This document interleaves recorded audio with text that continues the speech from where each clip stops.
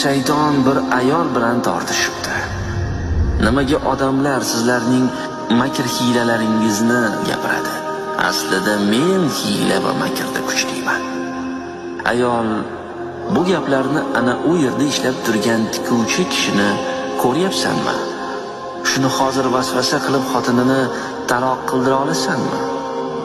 Shayton albatta deb borib tikuvchiga har xil vasvasalar qila boshlabdi.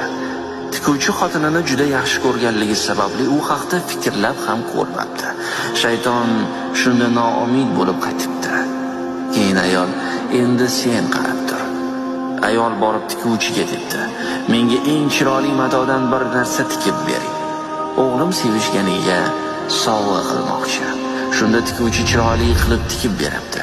Keyin ayol o'sha kishini xotinining uyiga borib, uyingizda namoz o'qib olsam bo'ladimi deb kirib xotiniga bildirmay uyiga tashlab chiqibdi.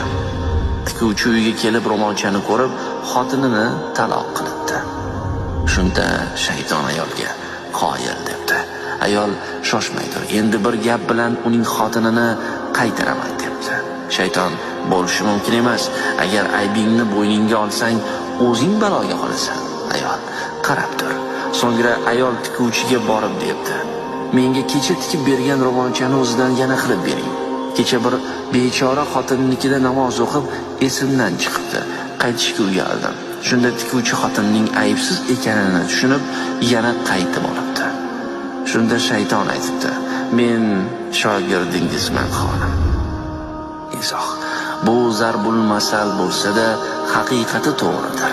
Qanchadan qancha taqvodorlar, olimlar borki, shaytonning hiyla nayranglaridan chiqib ketishi qiyin emas.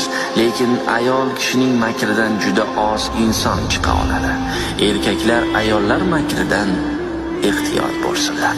Shuning uchun Rasululloh ummatim erkaklariga o'zimdan keyin ayollardan ko'ra zararliroq fitnani qoldirmadim deydilar. Buxoriy rivoyati 4808.